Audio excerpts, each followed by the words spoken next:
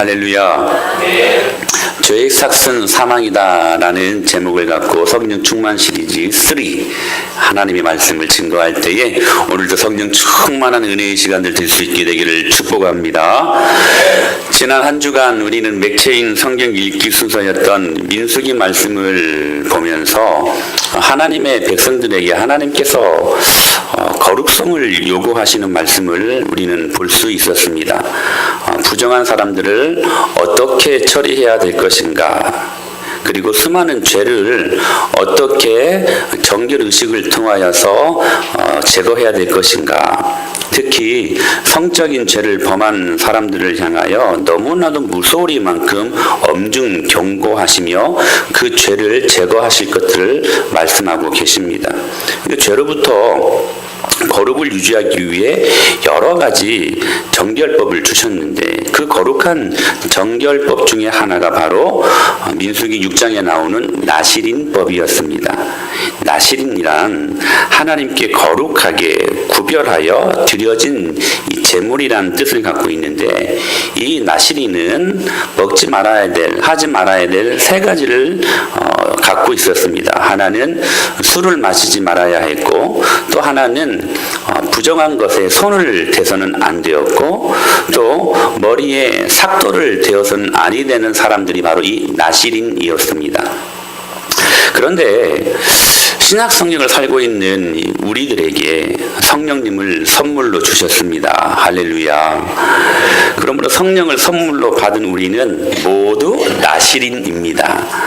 목사가 나실인이 아니라, 어떤 특정한 사역자가 나실인이 아니라, 이제는 예수 그리스도를 나의 구주로 삼고 그분을 나의 주님으로 모시는 모든 사람들은 다 나실인이 되었다라고 성경은 이렇게 선포하고 있습니다. 시작. 그러나 너희는 택하신 족속이요 왕같은 제사장들이요 거룩한 나라요 그의 소유가 된 백성이니 이는 너희를 어두운 데서 불러내어 그의 기이한 빛에 들어가게 하신 이의 아름다운 덕을 하려 하심이라. 너희는 택하신 족속이다, 왕같은 제사장들이다, 거룩한 나라다, 그리고 뭐라고 말씀하셨어요? 그의 소유된 백성이다. 그러니까 예수 그리스도의 그 보혈, 아름다운 덕, 이게 십자가의 복음을 의미하죠. 이 복음이 선포되는 곳곳마다 우리는 모두가 나실인으로 말미암아 사는 인생들인 것을 말씀하고 있습니다. 그러므로 성령님은 거룩하신 영이시기 때문에 성령님이 우리 안에 충만히 계시면 우리는 이 죄악에 대해 더욱더 민감해집니다. 그리고 죄가 더럽게 느껴집니다. 그리고 죄가 역겨워집니다. 죄를 보면 치를 떨게 되어 있다는 사실이에요. 이게 여러분 정상적인 성령 충만한 사람들의 모습입니다. 오늘 본문에 등장하는 삼손이 바로 그런 사람이었어요. 그는 태어날 때부터 나실인이었습니다. 하나님께 제물로 드려진 나실인. 사사기 13장 4절로 5절 말씀을 보게 되면 이렇게 말씀이 기록이 되어져 있죠. 시작. 그러므로 너는 삼가 포도주와 독주를 마시지 말며 어떤 부정한 것도 먹지 말지니라. 보라, 내가 임신하여 아들을 낳으리니 그의 머리 위에 삭도를 대지 말라. 이 아이는 태에서 나옴으로부터 하나님께 바쳐진 나실인이 됨이라. 그가 블레셋 사람의 손에서 이스라엘을 구원하기 시작하리라 하시니. 예. 여러분, 그는 태어날 때부터 나실인이라는 그러한 사명을 갖고 사는 사람이어야만 했던 것이지요. 그러니까 나실인 이 삼손에게 요구되는 세 가지 하지 말아야 될 것. 하나는 뭐였습니까? 포도주와 독주를 마시지 말라는 것이었죠. 이 말은 어떤 의미가 있냐면, 이 사람은 하나님께 구별되어 드려진 사람이기 때문에 술이 주는 세상적인 즐거움에 취해 사는 사람들이 아니고 하나님이 주는 즐거움만 가지고 살아야 되는 사람이다, 이것을 의미하는 그러한 말씀이었습니다. 부정한 것을 만지지 말라는 것은 죄는 그 모양이라도 다 버리라는 그 뜻이 그 안에 담겨져 있었고, 머리에 삭도를 대지 말라고 하는 것은 이 머리는 특별히 이 언약과 관계가 있습니다. 그러니까 하나님께 드려진 이 언약의 의미를 깊이 새기면서 살아야 되는 사람이 이 나실인이다. 삼손 너가 그러한 사람이야 라고 말씀하고 계신 것입니다. 그런데 이렇게 태어날 때부터 나실인으로 태어난 삼손이요, 점점 자라면서 자신의 존재와 그리고 자신의 사명을 망각하기 시작합니다. 여러분 기억하십시오. 하나님의 사람이 자신의 존재와 그리고 자신의 사명을 망각하는 그 순간 늘 그 사람들은 눈에 좋은 대로, 마음에 끌리는 대로 살아가게 되어 있다는 것입니다. 마음에 끌리는 대로, 눈에 좋아 보이는 대로 하나님과 상관없이 살아가니까 성령님의 근심을 느낄 수가 없는 것입니다. 그러니까 죄악에 대해서 민감할 수가 없는 것이지요. 삼손은 자신의 존재와 사명을 잃어버릴 만큼 그에게 치명적인 약점이 있었어요.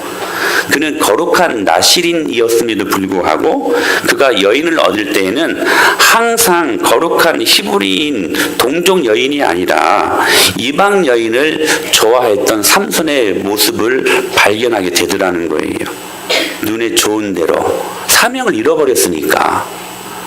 그리고 자기 자신이 나신이라는 그 존재의식을 까먹고 있으니까 그는 계속해서 마음이 이끌리는 대로 그렇게 이방 여인을 취해 살고 있었던 지극히 세속적인 사람으로 그렇게 변질되고 말았다는 것입니다.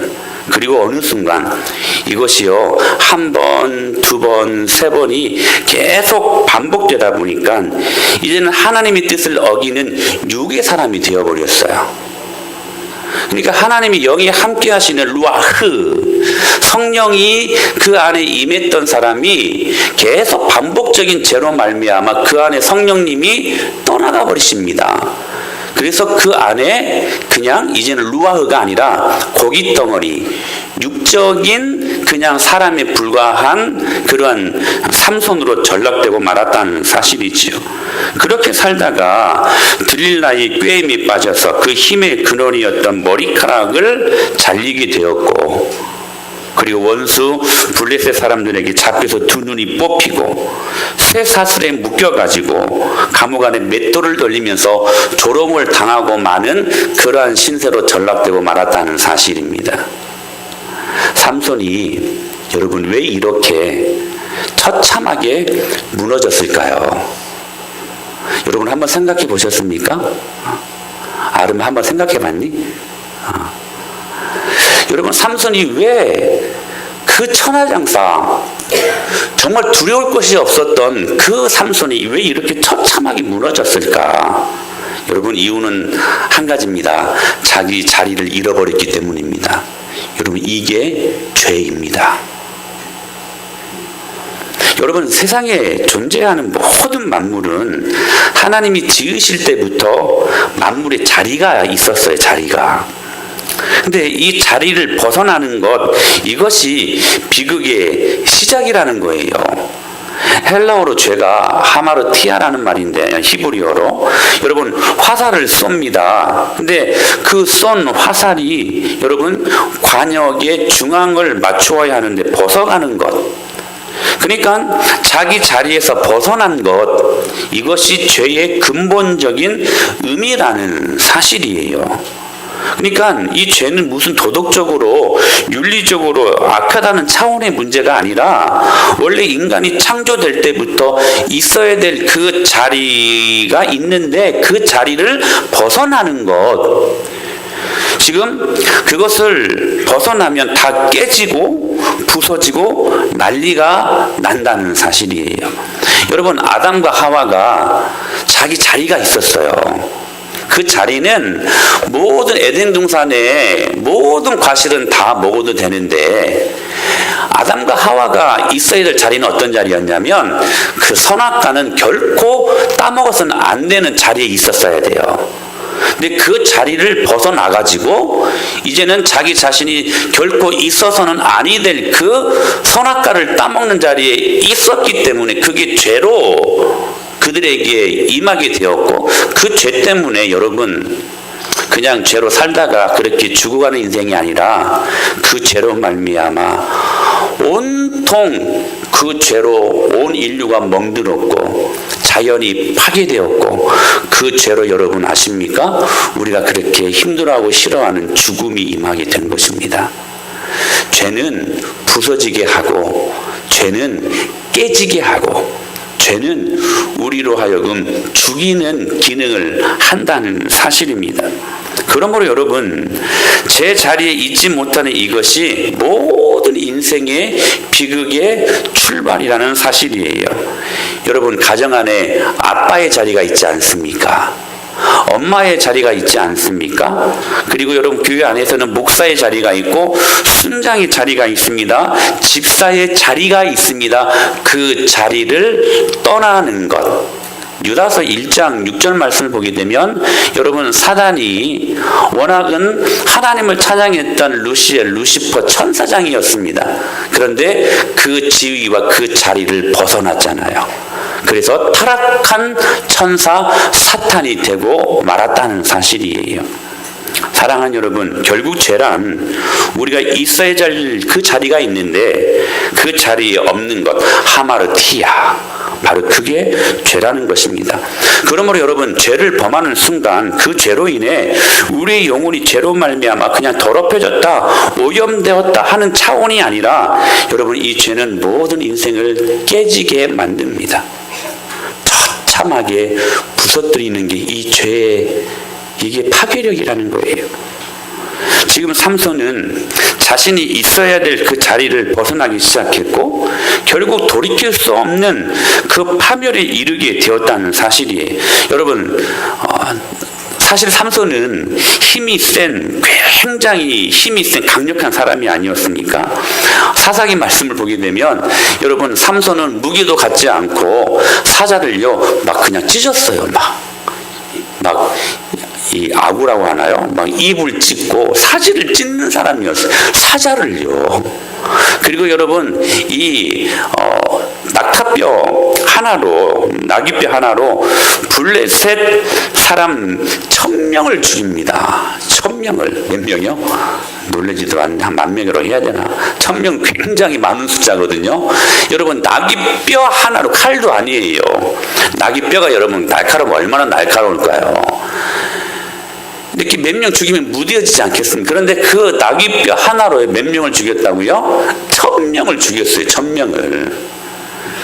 여러분, 그것뿐입니까? 여러분, 삼손은요 여우자, 여우 꼬리 300마리를 묶어가지고요 그 꼬리에다가 불을 뒹궈가지고 태워 죽였던 그런 사람이 삼손이었습니다. 여러분, 이게 여러분 팩트예요. 성경에 있었던 역사적인 사실입니다. 여러분, 그 여우가 동물성 그 짐승이잖아요. 사람을 죽이기도 해요. 그래서 우리 옛날 그 전설의 고향에서 항상 등장했던 그 동물이 여우 아니었습니까? 구미호. 꼬리가 9개 달리. 그런데 삼손은요 꼬리 300마리를 묶어가지고요 불을 뒹궈가지고 태워 죽였다니까요. 그렇게 힘센 사람이 여러분 삼손이었습니다. 엄청난 힘이 그에게 있었다는 사실이에요. 그러나 여러분, 말씀을 잘 보십시오. 삼손이 원래 태어났을 때부터 천성적으로 힘이 셌던 게 아니었어요. 그렇다면 이 삼손이 그렇게 힘을 강력하게 가졌던 이유가 어디 있었을까? 그 비밀이 어디 있었을까요? 같이 한번 본문 16장 16절 17절 말씀 한번 보실까요? 시작. 날마다 그 말로 그를 재촉하여 조르매. 삼손이 17절까지 삼손이 진심을 드러내어 그에게 이르되 삭도를 대지 아니하였으니 이는 내가 모태에서부터 하나님의 나시린이 되었습니다. 만일 내 머리가 밀리면 내 힘이 내게서 떠나고 나는 약해져서 다른 사람과 같으리라 하니라. 자, 여러분, 이 삼손의 힘의 이 비밀이 어디 있었어요? 삼손이 손이 3개가 있어가지고 힘이 센 게 아니었어요.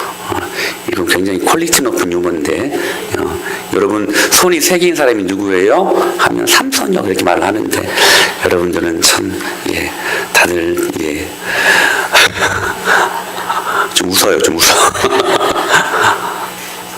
자, 여러분 이 삼손의 힘의 비결이 어디에 있었습니까? 머리카락에.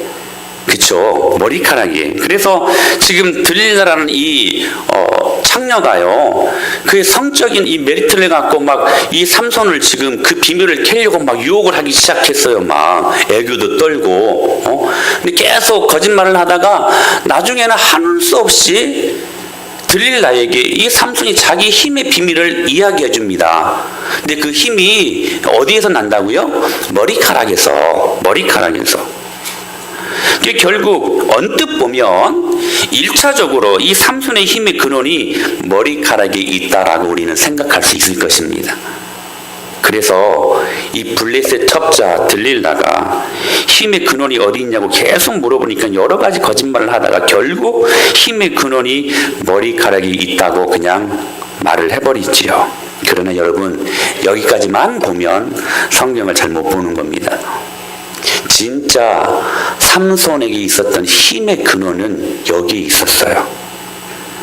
삼손이 사자를 죽이고 그리고 블레셋 사람들을 죽일 때마다 꼭 따라다녔던 말씀이 이 말씀이었어요. 시작. 여호와의 영이 삼손에게 강하게 임하니 그가 손에 아무것도 없이 그 사자를 염소 새끼를 찢는 것 같이 찢었으나 그는 자기가 행한 일을 부모에게 알리지 아니하였더라. 우리 19절 말씀도 보실까요? 시작. 여호와의 영이 삼손에게 갑자기 임하심에 삼손이 아스글론에 내려가서 그곳 사람 30명을 쳐 죽이고 노략하여 수수께 깊은 자들에게 옷을 주고 심히 노하여 그의 아버지의 집으로 올라갔고. 계속 따라다니는 단어가 어떤 단어입니까? 여호와의 영이. 그리고 14절 말씀 시작. 삼손이 레이의 이름에 블레셋 사람들이 그에게로 마주 나가며 소리 지를 때 여호와의 영이 삼손에게 갑자기 임하심에 그의 팔 위에 밧줄이 불탄 삼과 같이 그의 결박되었던 손에서 떨어진지라. 여러분 지금 힘센 장사였던 이 삼손에게 임했던 그 강력한 파워가 여러분 실은 어디에서부터 나온 것입니까? 여호와의 영. 할렐루야. 성령의 근원적인 힘을 통하여 그가 누리고 있었던 강력한 파워였다는 사실이에요. 사랑하는 여러분, 성령의 임재 때문에 삼손은 그 강력한 파워를 발휘할 수 있었던 것입니다. 오늘 우리들에게 무엇을 말씀하시는 것일까요? 삼손의 머리카락이 아니라 자신의 힘과 능력이 아니라 삼손이 사자를 찢고 블레셋 사람들을 죽이고 그 초인적인 힘을 보일 수 있었던 것은 여호와의 영, 성령의 임재를 통하여 그가 이 하나님의 놀라운 능력을 선포하며 살 수 있었다는 것입니다. 여러분 기억하십시오. 하나님의 사람은 내 자신의 내재되어 있는 능력으로 사는 존재들이 아닙니다. 할렐루야. 주의 영이 임하실 때, 성령이 우리 안에 충만한 능력으로 우리 안에 임하실 때 우리는 그 하나님의 능력으로 사는 사람들임을 믿으시길 바랍니다. 여러분 기억하십시오. 50만 원짜리 중고 마티즈나 1억짜리가 넘는 벤츠나 똑같이 기름 떨어지면 여러분 어디에 가야 됩니까? 그래요. 주유소에 가야만 합니다. 왜요? 기름을 공급받기 위해서. 즉 사랑하는 여러분, 우리는 성령의 기름 부으심을 통해서만 사는 인생들이 되어야 한다는 사실입니다. 결국 오늘 본문 19절에 보면 삼손에게서 그 큰 힘이 떠나버렸습니다. 그리고 20절에 더 구체적으로 여호와의 영이 떠나버렸다라고 말씀을 하고 계세요. 무엇 때문인가? 무엇 때문입니까? 무엇 때문일까요? 머리카락이 밀려서 힘을 잃어버리고 그리고 그래서 여호와의 영이 떠나신 것이 아니라 여러분 무엇 때문에 여러분 삼손에게 임했던 여호와의 영이 떠나버린 것입니까? 죄 때문입니다. 여러분 이거 심각하게 볼 수 있어야 돼요. 성경을 잘못 보면 머리카락이 밀려가지고 여호와의 영이 힘을 잃어버렸다라고 그렇게 볼 수 있지만, 여러분 자세히 보십시오. 삼손의 죄 때문에 그는 힘을 잃게 된 것입니다. 여러분, 부정한 것을 결코 가까이 해서는 아니 되는 나시린으로서의 사명과 존재의식을 삼손이 잃어버리고 망각한 것에 있었다는 사실이에요. 그리고 자신이 있어야 될 성령의 임재 자리가 자신이 있어야 될 그 자리였음에도 불구하고 그 자리에 있지 못한 거예요. 끊임없이 죄악 속에 그 죄가 주는 달콤함과 그 죄가 주는 그 기가 막힌 재미있는 그 쾌락, 그 자리에 자신의 모든 몸뚱아리를 바쳐버린 것입니다. 여러분 기억하십시오. 우리가 성령 충만해야 될 줄로 믿으시길 바랍니다. 그런데 여러분, 죄는 성령을 소멸시킵니다. 죄는 여러분 기억하십시오. 성령 충만의 최고의 적입니다.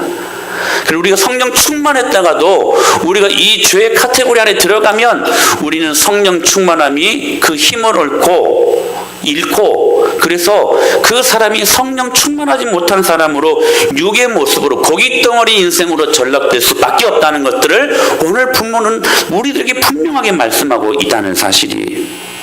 20절을 보십시오. 시작.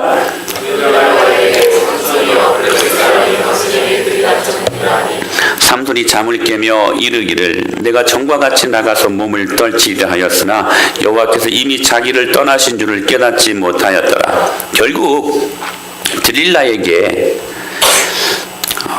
이 비밀을 누설을 하고 결국 이 블레셋의 첩자였던 이 들릴라에 의해 블레셋 사람들이 삼손을 잡으러 오게 됩니다. 그런데 보십시오. 이게 얼마나 우울한 재미없는 우울한 코미디인지. 이미 삼손의 죄로 말미암아 그 능력이 삼손에게서 떠나갔습니다. 그렇죠? 그런데 지금 삼손이 뭐라고 말을 하고 있어요? 내가 나가서 전과 같이 힘을 떨치리라. 지금 삼손이 힘을 잃었어요, 안 잃었어요? 잃어버렸어요. 힘이 없어요. 그런데 전과 같이 힘이 있는 줄 알고 내가 전과 같이 그 힘을 이용해서 내가 저 인간들을 다 모조리 쓸어버리겠다. 그렇게 지금 장담하고 일어섰던 이 모습을 보면서 여러분, 하나님의 사람이 사명을 망각하고 하나님의 사람이 여호와의 능력을 잃어버리는 것은 참 큰 비극입니다. 그렇지 않습니까? 그런데 더 큰 비극이 있어요. 여호와의 능력을 잃어버렸음에도 불구하고 능력을 잃어버린 줄도 모른 채 그냥 살아가는 것이 더 큰 비극이라는 사실이에요. 지금 삼손이 정확히 그러한 모습이었습니다. 힘이 없었어요. 그 죄 때문에 머리가 밀리고 난 다음 힘을 잃어버렸습니다.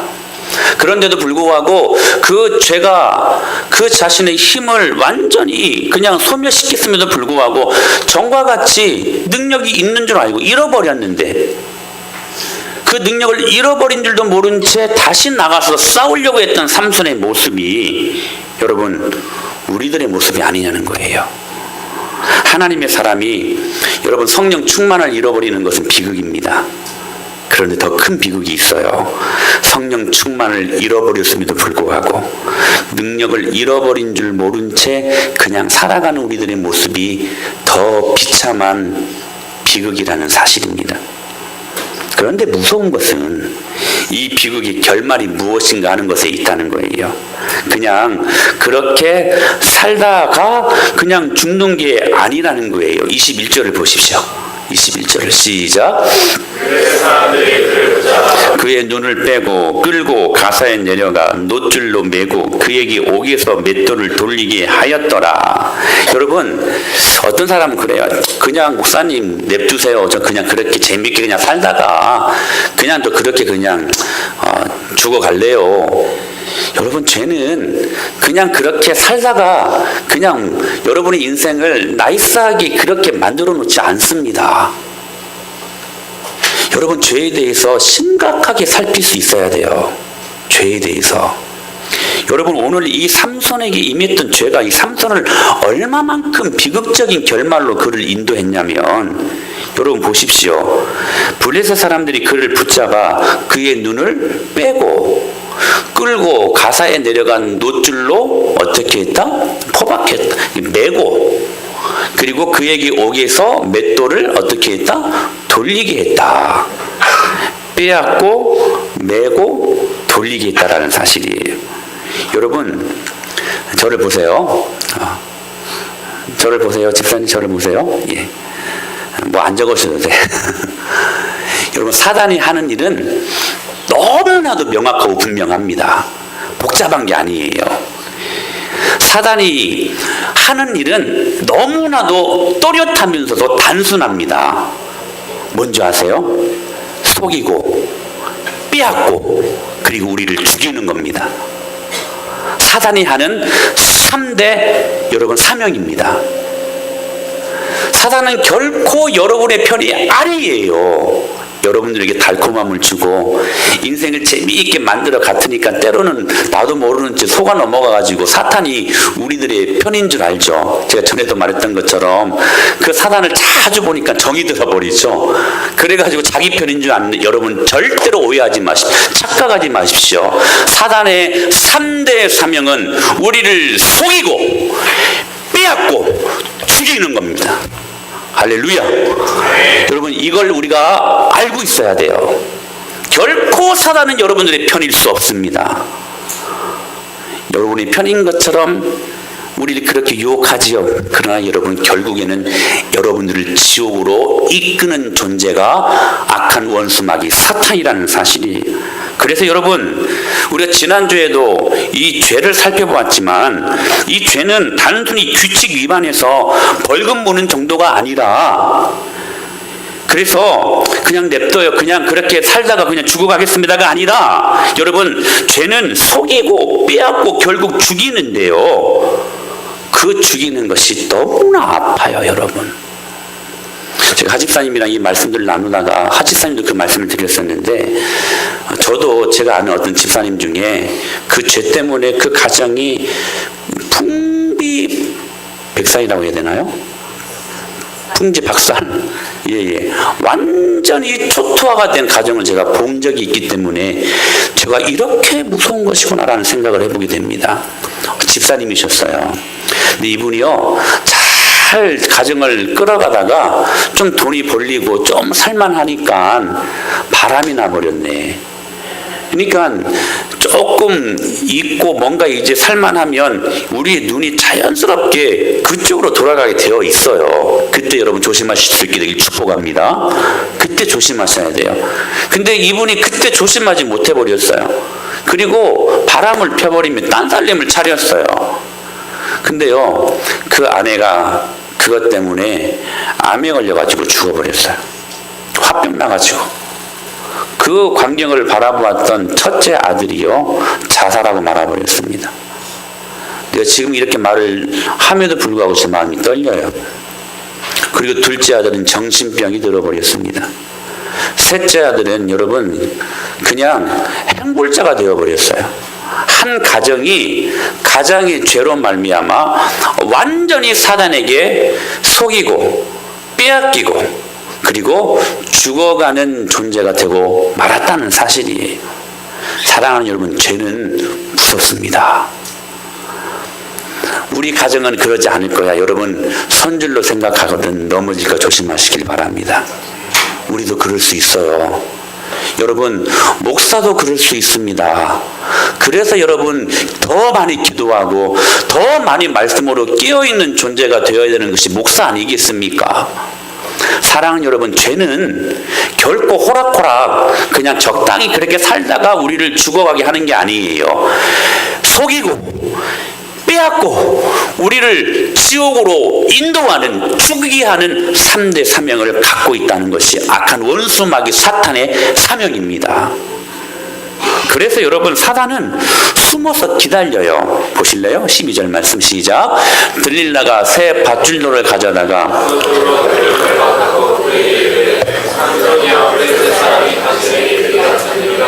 삼손이 팔 위에 그때에도 사람이 방 안에서 무엇했더라? 매복하였더라.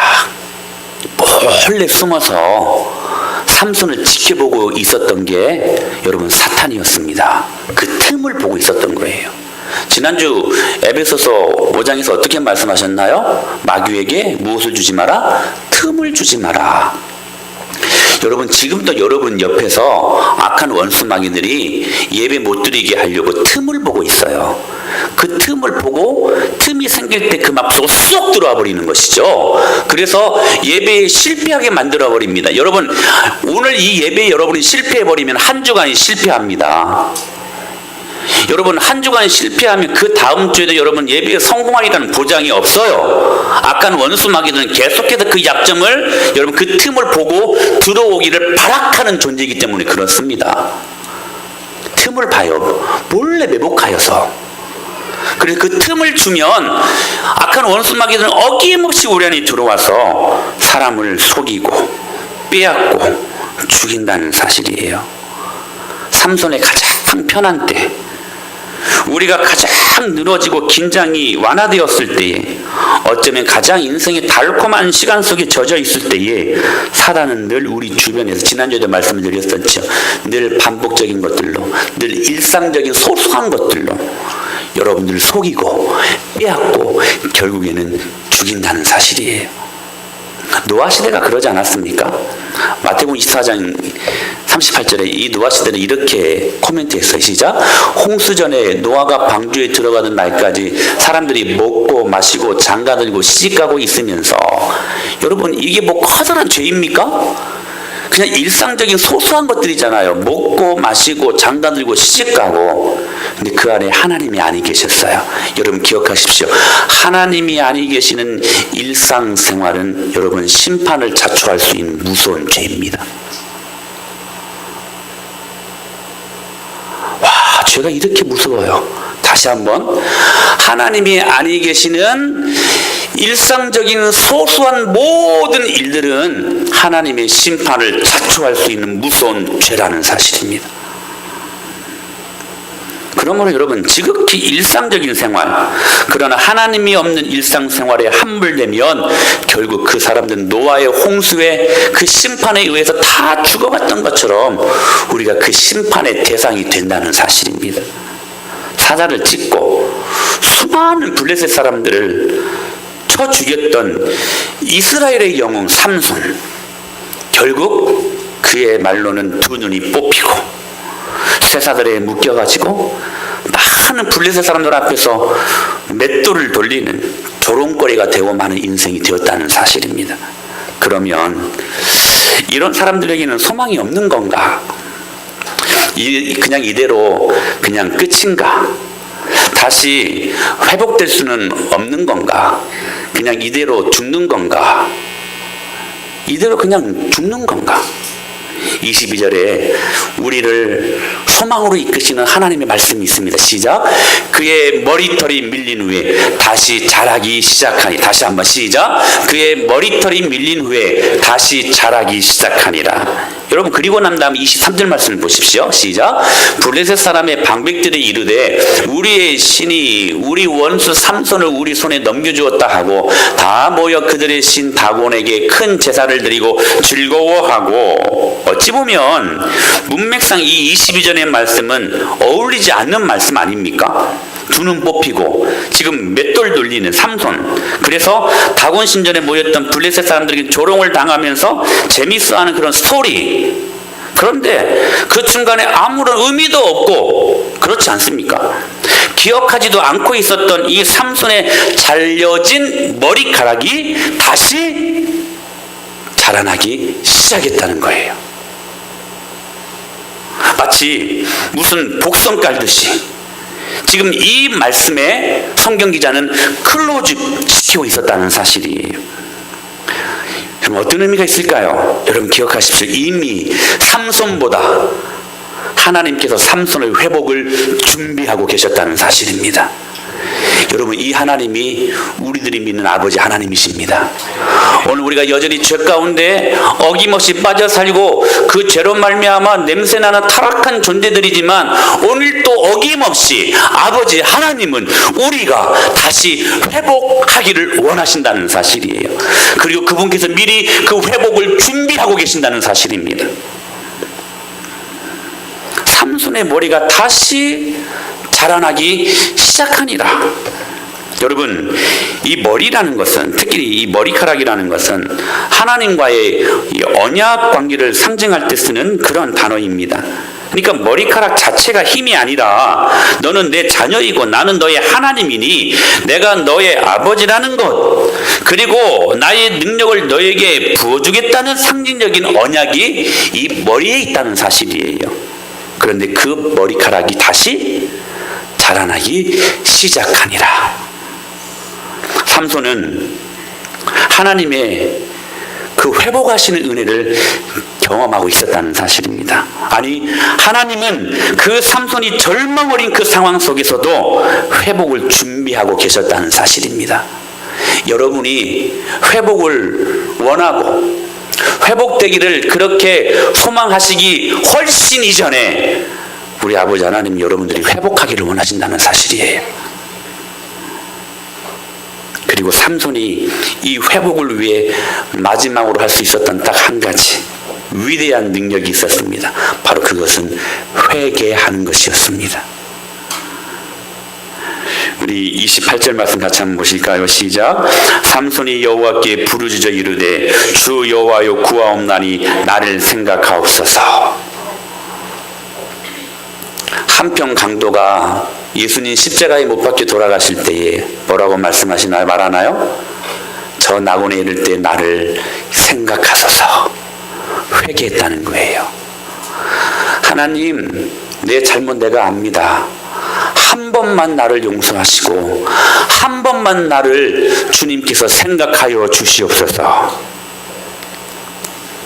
사랑하는 여러분, 이것이 우리에게 소망인 줄로 믿으시길 바랍니다. 우리가 다시 회복할 수 있는 힘은 나를 회복하시기로 결정하시고 나를 다시 사용하시기로 결정하시는 그 하나님께 우리가 회개하는 것에 있다는 사실입니다. 그때 우리는 회복됩니다. 여러분, 우리가 그렇게 원하는 하나님의 위로와 격려는 회개 다음에 오는 겁니다. 그거 명심하시기를 바랍니다. 위로가 먼저 오는 게 아니에요. 회개할 때 천국이 우리 안에 오는 것입니다. 할렐루야. 우리가 주님 앞에 잘못했다고 고백하며 용서를 빌 때 그분은 단 한 번도 어김없이 우리의 그 엄청난 죄악이 있음에도 불구하고 우리가 하나님 앞에 잘못했다고 회개하는 이상은 주님께서 다 그 영혼들을 받아주시고 오늘도 그 사랑의 넓은 품으로 우리를 안아주실 줄로 믿으시길 바랍니다. 그게 하나님 아버지의 마음이십니다. 그때 우리는 회복될 수 있고 그때 우리는 하나님이 주시는 우리가 측량할 수 없는 그 하나님의 깊은 위로를 경험할 수 있게 된다는 사실이에요. 그러므로 여러분, 회개의 본질은 돌아서는 것에 있습니다. 이게 중요해요. 오늘 여러분들이 이 말씀 기억하실 수 있기를 바랍니다. 길을 가다가 이게 아닌가 싶으면 돌아서는 거예요. 제가 길치잖아요.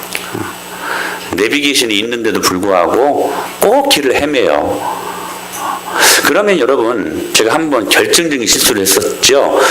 저기 이제 전주로 가려다 이제 경부를 타야 되는데 서울 올라가 버렸네. 얼마나 주위 사람들이 힘들었을까. 내 자신도 힘든데.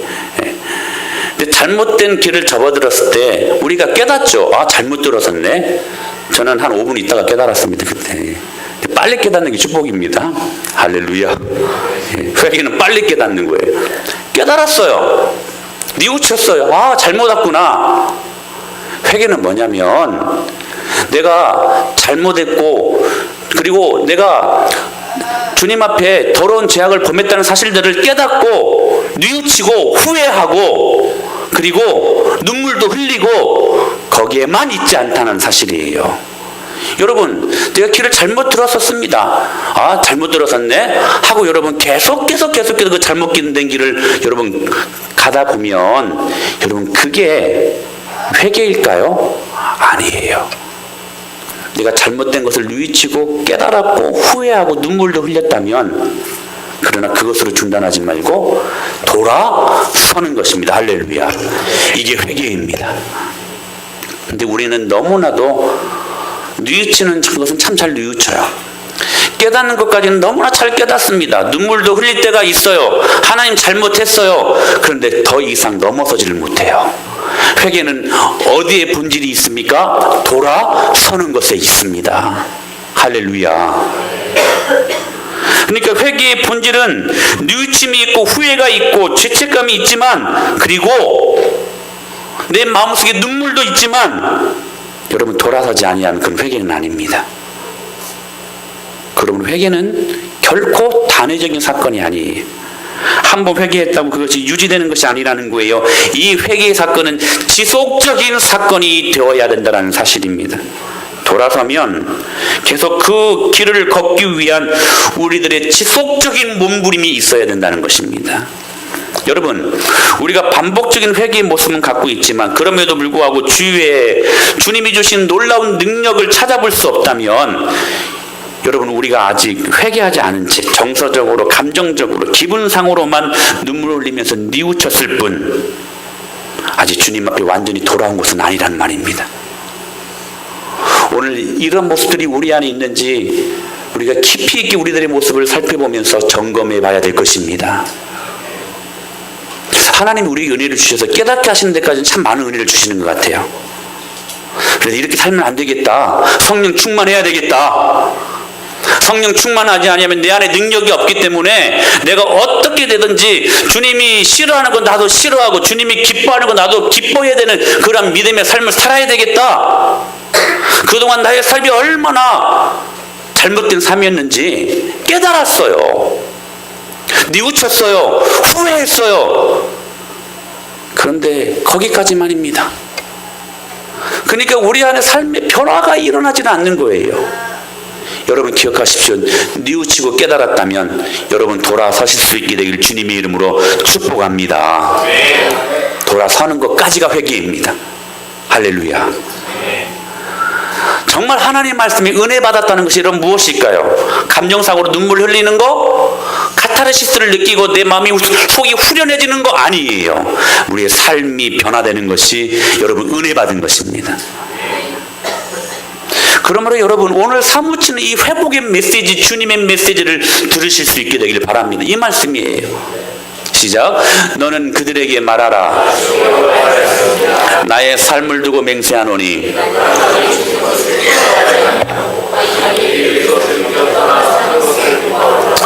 이스라엘 족속아 돌이키고 돌이키라. 너희 악한 길에서 떠나라. 어찌 죽고자 하느냐 하셨다 하라. 여러분 누가 하신 말씀이십니까?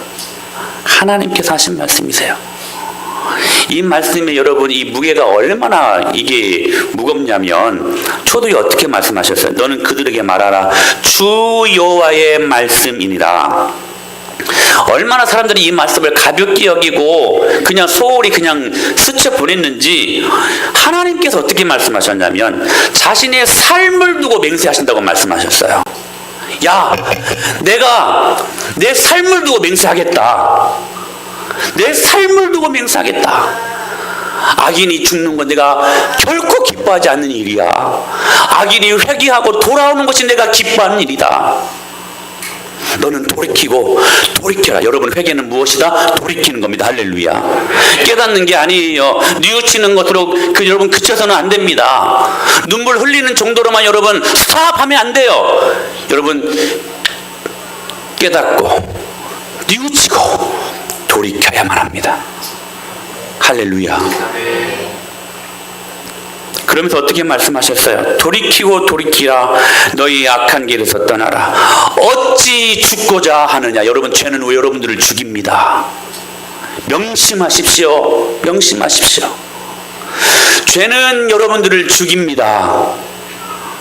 죄는 여러분들을 죽여요. 그러므로 죄에서 돌이키지 아니하면 죽습니다. 성경은 단호하게 명백하게 말씀하세요. 그러므로 하나님 그 죄에서 우리를 구원하시려고 예수님을 보내주셨습니다.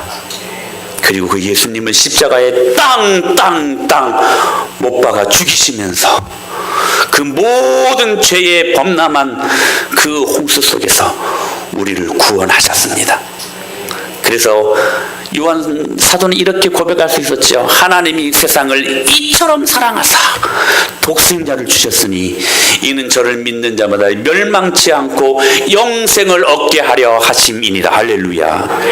여러분 구약 성경을 보십시오. 내가 너희를 그 죄악 가운데 너희들을 내가 찢을 것이다, 내가 너희를 심판할 것이다, 내가 너희를 진멸할 것이다 라고 엄중 경고하시지만 바로 이어지는 하나님의 말씀이 여러분 같은 카테고리 안에 같은 형식을 갖고 항상 따라다니는 말씀이 있었습니다. 그럼에도 불구하고 너희가 회개하고 돌아오면 내가 너희를 안아줄 것이다, 품어줄 것이다, 내가 너희를 용서해 줄 것이다. 그렇게 말씀하시는 분이십니다. 사랑하는 여러분, 그 하나님께서 탕자 비유를 통하여 그렇게 말씀하시지 않았습니까? 방탕하여 아버지의 마음을 힘들게 했던 탕자가 돌아왔을 때에 그 불효자식이 뭐가 예쁘다고 뛰어나가 목을 껴안고 입 맞추고 송아지를 잡고 그리고 반지를 끼워주면서 이렇게 그 아버지가 아들을 향하여 고백하지 않았습니까? 시작. 이 내 아들은 죽었다가 다시 살아났으며 내가 잃었다가 다시 얻었노라 하니 그들이 즐거워하더라. 할렐루야. 이뤄진 한 영혼이 주님 앞에 돌아오는 것이 주님은 가장 기뻐하는 모습이라고 말씀하고 계십니다. 오늘도 한 주간 동안 하나님 말씀 앞에 이뤄졌던 여러분들의 영혼들이 아니었습니까? 성령 충만하지 못하고 성령님을 근심하게 했던, 성령의 불을 꺼뜨렸던 여러분들의 모습은 혹 아니었습니까? 그럼에도 불구하고 오늘 회개할 수 있다면 주님이 여러분들을 품어주시고 다시 그 사랑으로 여러분들을 회복시켜 주실 줄로 믿습니다. 여러분, 이 주님의 사무치고 또 사무친 사랑의 메시지를 들으실 수 있게 되길 바랍니다. 성령님의 마음을 여러분 근심하게 하지 마십시오. 할렐루야. 다시 말씀드릴게요. 목사님 그게 쉬워요?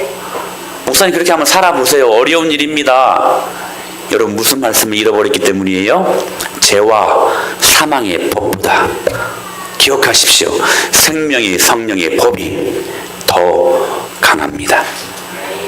할렐루야. 더 강합니다.